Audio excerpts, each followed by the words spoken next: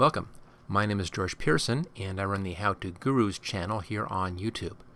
Most of the videos in my channel are short demonstrations of the different tools and techniques you'll find in various software programs. Right now I have several hundred of these quick videos available on YouTube. This video though is different. This is part of a new series of longer demonstrations that I'm doing to show you how to complete complex projects from start to finish using a variety of techniques and tools. All of the images I use in these projects are in the public domain, and I've included a link to the pictures in the video description in case you want to work along using the same images. Okay, let's move on to the project.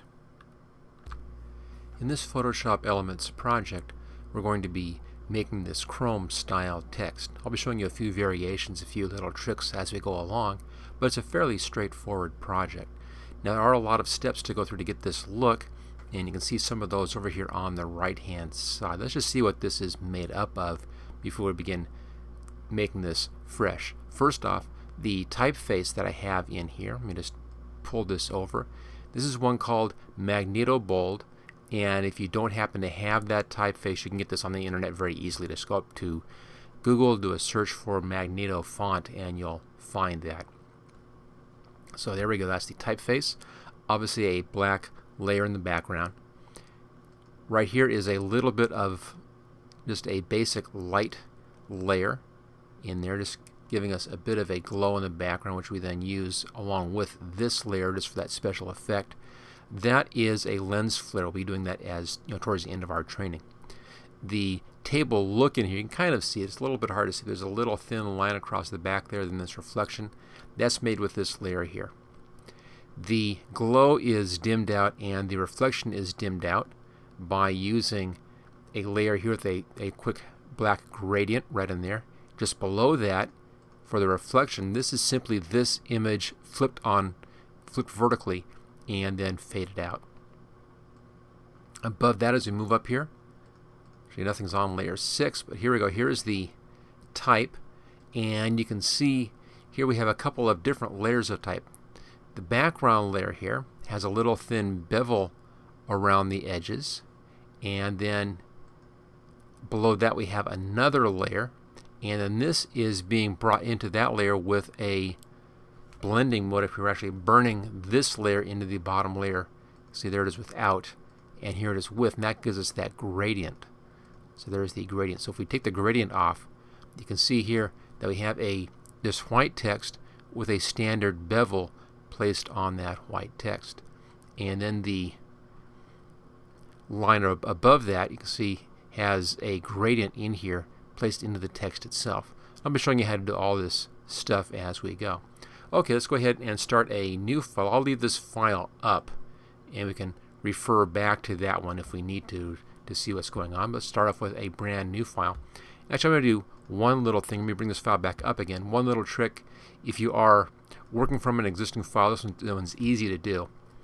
Just grab any old layer that covers the whole thing. You see this layer here is covering the whole image. Let's go up here to select all, edit, copy. No, didn't want to do edit. Cut me, just undo that one. Okay, edit, copy. There we go. Just below cut. What that does, when you copy a layer like this, it then places that copied element onto the clipboard. And the reason why I did that, just get this, let me deselect, is that one way to make a new file here, new blank file, you have several options in here on how you want to size your new file. One of those options is clipboard. So if you select all on one file and copy, it places that onto the clipboard, and you can then make a new file based on the clipboard, so it resizes your new file exactly to match the other file. It's just an easy trick to match sizes on a new file. Okay, choose OK. There we go. There's our new file. Let me just drag this up a little bit here. We'll increase our size. Zoom in. That's pretty good. Now, since we're working on a black background, I'm going to change this color here to black, and I'll convert this background just to a simple layer. Easy to do. Just double click where it says background and choose OK, and that converts it to a regular layer. Now I can fill this using our paint bucket right there, and we can fill this with black. Now take a look, make sure that you're on paint right here. You can see here we have several options down here, paint or pattern. We want paint foreground color fill, that's fine. And then let's bring up our color swatches and choose black as your color swatch. There we go, that one right there, that's black. So we now have that as our foreground fill. Paint bucket, click in there, and it just fills that with black. Let's now convert over and put in our typeface. So let's go down here to the type tool, and let's see where we're at again. So we have the type tool, just like the horizontal type tool, standard type tool. Again, I'm using the Magneto Bold typeface right there. We'll start off with a size of 72, but it's easy to adjust the size, of course, here inside of Photoshop Elements. And I'll just type in Photoshop. Now notice that it came in as black. That's the color that we already had selected. So let's just come down here and click on that and click on white and convert that over to white. There we go. So there's the basic type. So we have our type and our background. We'll be doing two basic things from this point forward. One is working with the type, and the second one is doing the background. So let's do our type first. The first thing I want to do is you want to make a copy of this layer. I always make copies of my layers just in case you want to go back a few steps. It's easier this way, just go back to a previous layer. So grab this layer, pull it up to the new layer button like that. Gives you a copy. Let's now hide this one. Now I'm going to convert this, make it a little easier to work. Let's convert this layer, rasterize this layer. It's called Simplify here inside of Photoshop Elements. So click on Simplify, and it's now just straight artwork. We now want to put a bevel and emboss on this. So we're going to be using our effects. They're right down here, or go up to the layer menu and layer style right there and style settings. So I want bevel. There it is. See, there's our little bevel showing. You can come in here and you can adjust the amount of bevel. We want just a very small amount. We don't want very much on this. So just a little bit of a bevel on that edge. We can also come in and give this a thin white stroke around the outside. Let me just change that to white, pull up to the upper left hand corner, and white, and give it a little thin white stroke as well, just to kind of accentuate the hard edge on that bevel. And choose OK. So there's our bevel and emboss. Now we can modify and adjust those later on to improve the looks once we have the rest of our effects here on the type layer. We now want to select all of our text. What I want to do is select just the part inside of the bevel and emboss. Now I can't directly do that, but we can do it by going through a couple of steps. So first off, hold the Control key down and click on the thumbnail over here. What that does is it selects the type. As you can see right there, our type is now selected. Now I want to bring the size of this selection down. Notice that it's outside of the bevel and emboss. I want to bring that down to inside that bevel and emboss. So we're going to modify this selection. So go up here and select, modify.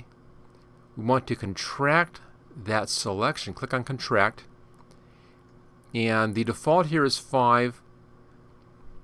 I think it should be a little larger than that. We'll see. We may come back and adjust that. Choose OK. And actually that looks pretty good. It looks like the selection dropped down. You can see there it's now just inside of that bevel and emboss. If I zoom in a little bit, we can double check that and just see exactly how well we did. And that looks perfect. It's just inside the bevel and emboss, as you can see there. So that's what we want. That white line here, that's that white outline that we had. We may want to adjust that later on. Okay, let's just get this back to our window. So we now have a selection inside of that text. Now just in case, I'm going to save this selection. So select, save selection. I'll call that text. That's just a habit that I have to always save my selections if I make an important selection, so it's easy to go back and grab that selection instead of having to redo the selection again. Just save some time in case you need to. Normally I don't need to, but again, it's a habit that I always have just as a protection. Just like my habit of copying layers here, making backup copies, working on the copies, it's just a protection so that I don't have to go back and do steps over again. Okay, now that we have this selection, let's make a new layer. There we go. And we're going to fill this selection with a gradient. And let's just make this a bit larger like that, and we'll zoom in. That's pretty good. Now the gradient I want is going black to white. And we see here we have several options on these different gradients. Click on your list, black to white. It's one of the defaults, so we'll choose that. You can do this, black to white, going vertically, black to white, or radial, or this kind of strange gradient thing. And then there's this one, the reflected gradient. That's the one that you want. You want the reflected gradient. And that copies it and duplicates that gradient. I'm going to click in the middle of the letters, right about here where the S is. See right in there. Click, and I'm going to pull outwards a bit and just see what I get. See what we get here? If I pull it out like that, it gives me the white to black gradient here, and then it matches that on the other side. Now it's not quite dark enough, not quite what I want, so I'm going to make it a little shorter. Looks pretty good, but I was a little off angle on that one. So I'm going to hold the Shift key down this time. And if you hold the Shift key down, it then gives you a perfectly vertical gradient. And that looks pretty good. I could possibly be a little shorter on that. There we go. What you want is to get dark at the ends, and you want a fairly thin white line across the middle. Now there are two ways to do this. You can do it with the white line in the middle. If you want that look, it's one way to do the chrome. Or you can do the exact opposite of this and have it light on the outside and dark in the middle. Let me just show you that one. Just pull down towards the middle here. Let me see if I can get that to work for me properly. There we go. So you can do an exact opposite if you want to. And that gives you a different chrome look. But what I want is just about like that. Let me see if I can get it a little better. There we go. That's perfect. Again, hold the Shift key down so that it's perfectly parallel in here. And now if we deselect, you can see that better. And there you go. So that gives us our basic gradient in here. And then that, you can see that white outline kind of helps that chrome look. Looks a little more like it's made on some kind of metal. Now we want to colorize this gradient in here. Just give us some color shift. So we're going to be doing that with a hue and saturation. So just pull this out of the way just a bit, and we can readjust. There we go, so we can still see that. I'm just getting down so we can see our layers as well over here. I want to keep it as large as possible, which is why I'm overlapping it like this. Okay, so that's this layer right here, and this is the gradient. I'm just going to double click this and just call this one gradient. Let's copy this layer. There we go, and hide that one. And we're now going to colorize this layer to give it a bit of a blue tint, make it look a little more metallic, a little more chromy. Chromy tends to be a little bit on the blue side. I mean, if you look at it critically, it's just black and white. It's a reflective surface. But normally you see chrome outside, and outside is mostly lit by the bright blue sky. So things that are chrome tend to have a bluish tint to them because of the sky color. So we're going to colorize this, enhance, adjust color, hue saturation, and let's colorize that. There we go. There's a colorization. Let's pull the hue over until we get a nice blue right in here somewhere, like that. Now you can adjust the saturation amount. You can go real wild if you want to, like that, or you can go real subtle. I want fairly subtle on this, and we can adjust the lightness value in here. I'll bring it up just a bit. If we go real dark, as you can see, gets more of a cartoony look. A little more towards the light end, looks a little more realistic on that. So right in there somewhere I think is pretty good. And this double check our saturation, maybe a little more saturation. I think that's a pretty good look on that basic chrome look. Okay, so now we can play around with this if you want to. For instance, we can now blend this into our background layer right here. You can adjust the opacity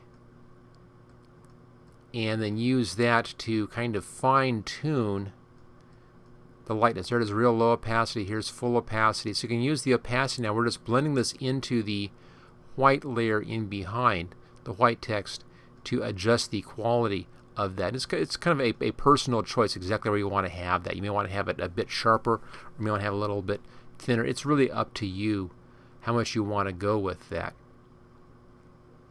You also, if you feel like it, you can come in here and play around with your blending modes. I'm just going to roll through here with the mouse. I'll just roll the mouse down. You see I blend this into the background layer, and some of these will have just slightly different effects. And it's like if I go down here to darker color, there's linear burn, there's darker color. Darker color gives me a little bit of an edge in this case around that lettering, which looks a little more like it's maybe made out of some kind of metal that's been pressed.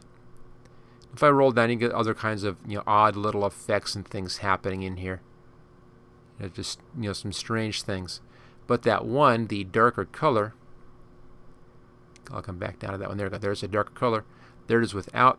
There it is with. It's a very, very subtle little thing, but it gives me just a little light edge along this dark edge there. There's like a little additional light edge. Let me see if I can zoom in so you can see that. Okay, there's the linear burn right there, and then there's the darker color, just a little light edge along that edge. And again, that kind of helps the metallic effect. A lot of this is just doing just little subtle adjustments to try to get that metallic-y look to it. Okay, so there is the basic text taken care of. Now you can take this several steps further because we're going to be now putting in our reflections and doing some of our background work, a few of those kinds of things. So let's do a couple of steps first. I'm going to bring our size down now that we have our text basically made. Let's just bring this down so we can see our layers on the right hand side. I'll zoom out a little bit. I think that's just about there. There we go. Okay, so there's the whole lettering. You can see that.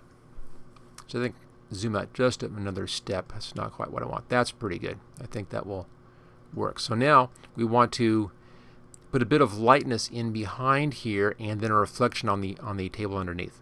So I'm going to copy our background layer here. Make a copy of that, leave that full. So you see we're adjusting this layer now. And we'll put a lighting effect on this layer. And there are lots of ways of doing this lighting effect. One of the easiest is to come in and just do a rectangle, fill it with white, and blend that into the previous layer. So let's just see how that's done. Make a new layer here. And let's grab our polygonal lasso tool. Now we're 7 inches wide across the top, so 3.5 is halfway across. I'm going to come back in here to about 2.5, and I'll start here. Let me just, everything is so. One click right there, it's pull down to about here, over to about the same spot on the right hand side, and up to about the same spot here, about 4.5, and then finish that off. So you get a shape kind of like that. We can now fill this with white. This is just one way. On the first example I showed you, I used an elliptical shape instead of this shape. This is just a different approach. Come over here to Window, and let's go to our color swatches and choose white. There we go, just like that. And we'll fill that with white. Okay, we can now deselect deselect. Now it's a real hard edge. I don't want to have that hard edge. I want to have a real soft edge on that. So I'll go up to Filter, Blur, Gaussian Blur, and we can now really blur out that edge quite a ways. There we go, just like that. And that gives the effect of being some light in the background. Now you can either bring this down by bringing down your opacity, like that, so you have just kind of a subtle in the background, subtle light in the background, or you can do your blending mode. So again, I'll use my wheel on the mouse and roll down, and we get to some of these. There's lighten screen, and some of these will give you a little bit of a blending on that. Not seeing much that's really working for me here. It's a little bit better, but not much. So I'm just going to do a little bit of an opacity and bring that down a bit. That just gives some light in the background. There we go. So that's our background light. We now want to see a table in here. So in front of this, let's make another layer and grab the rectangular marquee tool, click down here, bottom left corner, and drag that up a bit. I think in here someplace like that, so that the text is sitting on the table, but it's extending above the edge of the table. This will be our table structure right here. Our reflection will be in this, and then the light will be in the background. So we need to fill this with black. Back to our paint bucket, window, bring the color swatches back up again, and click on black. There we go. Fill that, and then let's deselect that. So there's that background. Now one of the reasons why I did it like this is I can then come in here and I can actually move that around to get just the position that I want. So I have some flexibility in here now because it's on its own layer. So whenever you separate things into layers, it just gives you flexibility for control later on for fine tuning. Okay, so far so good. We now want to take this lettering and we want to convert that into a reflection. You see up here we have two layers that we're using and one that I'm not using. I'm going to pull this one layer down below, just get that out of the way. So we're using these two layers. So I want to make a reflection, which means I need a copy of these two layers. So I'll grab this one here first, pull it to the new layer. There's our copy. Let's come down here, pull that to the new layer. There's our copy. Put those together. So here's the originals. Actually, here's the originals, here's the copies, but they still say copy because they're copies of the original. Wait, there it is right there. So click on one, hold the control key down, click on the second one. So these two are selected. Let's right click and merge those two layers together. There we go, they're now merged together. We now need to flip this. So I want to come over here to Image and Transform. Actually rotate, there we go. Rotate, and I want to flip this layer vertically like that. It just inverts the layer. I can now grab that and pull that down. There we go. And then using the mouse keys, you can position this wherever you want to. You can have it up here close if you want to, like that. You can bring it further away if you want to, like this. I think I'll put it right about there. So it's just about touching the bottom of the P. So it looks like the P is actually sitting on the top of the table surface. Okay, so that's been flipped. Of course, it's too solid for a good reflection. So let's bring our opacity down on that. I'll make it a little brighter than I normally do. Normally I would take us down pretty far, so it's just kind of real subtle. But I'll make it a little brighter than that, just so we can see it during these discussions.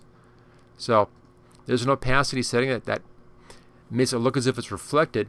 Now I also want to have this fade away or fade out. We'll do that with a black to clear gradient in front of that layer. Now I want to have this layer right in front of my table surface. I'll grab that one. This again is our reflection. I'll just rename this layer so we don't get confused. Pull that down in front of the table layer, and then above this we'll do a new layer right here, and we'll be putting a gradient right there. So let's go up to our window again, bring our color swatches up again, make sure we're on black. Let's go to our paint bucket. Actually, I want the gradient. There we go. Let's just double check black for our color. And let's look at our gradients. I want to have foreground to transparent right there. That's that one. Foreground color to transparent. We'll choose that one. And let's make sure that we are, get this out of the way, on the regular gradient right there, the linear gradient.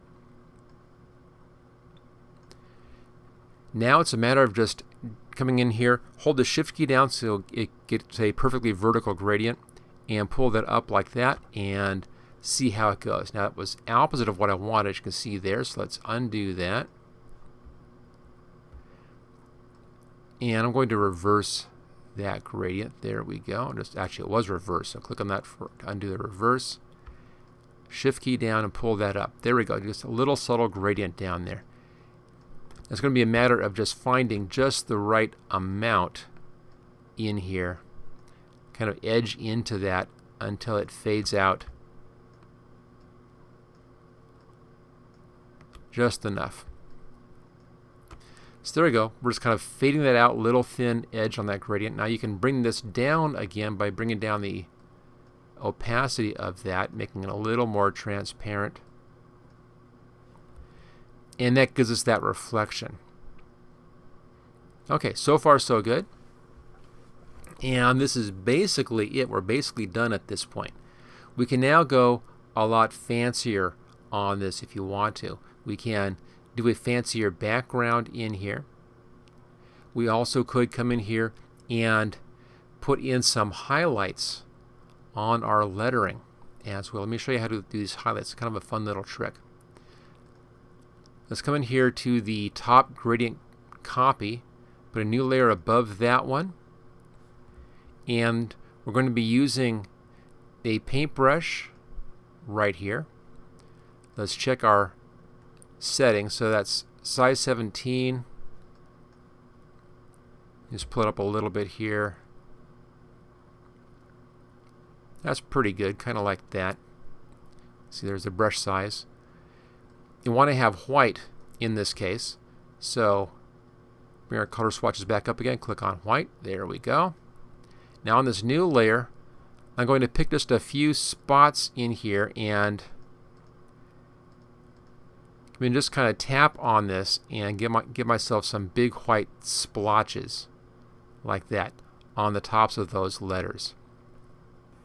And now let's adjust the opacity a little bit, bring the opacity down just a bit. So you see a little bit of the lettering in behind, kind of like that in here someplace. Now I don't want to have this spilling out like that. So here's where we can use that selection that we saved previously. So select Load Selection. I want to load the text that we did. There we go. Now that selects just the text. I want to have the inverse of that. So let's select and inverse. That selects the outside but leaves the text alone. I can now hit the delete key and delete all that outside of the text. Then we'll just deselect. So that gives me those little bright spots in there on those edges, just a little more reflection. So you can kind of come in here and play around with that. Now if you want to, you can play with your blending modes as well. So here's back to normal. Here's our blending modes. Again, if I use my wheel mouse, I can roll down through these, get down to the lighter color ones. There's lighten, there's screen. So lighten, screen, color dodge, soft light, vivid light, linear light. So right down this area here, here's the hard light. Soft light is just a little bit, not much. Vivid light, so let's take a look at the normal. Real subtle difference there. Linear light, pin light. So small it's hard to really see it. But there you go. You can come in here, you can actually add in, as you can see there, additional reflections into your image. Now I'm not really happy with this one over here. Everything else looks real nice. That one I don't really like that much. So back here on layer 4, let's go to our eraser tool.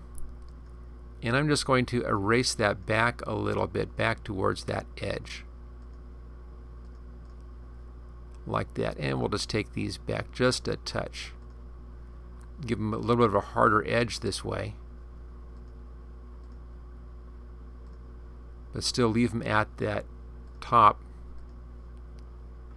There we go. So we're left with just these little additional highlights along the tops of the lettering right in there.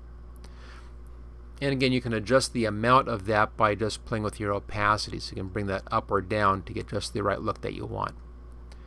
Okay, so we have our basic lettering is done. We have everything else in here in place. The last thing I want to show you is how to do that kind of fancy lens flare bit in the background. So I'll come down here. This is our current black layer copy. Everything below that is hidden, as you can see. Let's make a copy of this one. There we go. And the reason I made a copy of that one is because if you use the lens flare filter, it has to be on a layer that has content on it. It can be all the same color, that's fine. So there's our content. Filter and render lens flare. Here we go. Now the hard part about this is you have to kind of imagine where you're sitting on your picture to see this.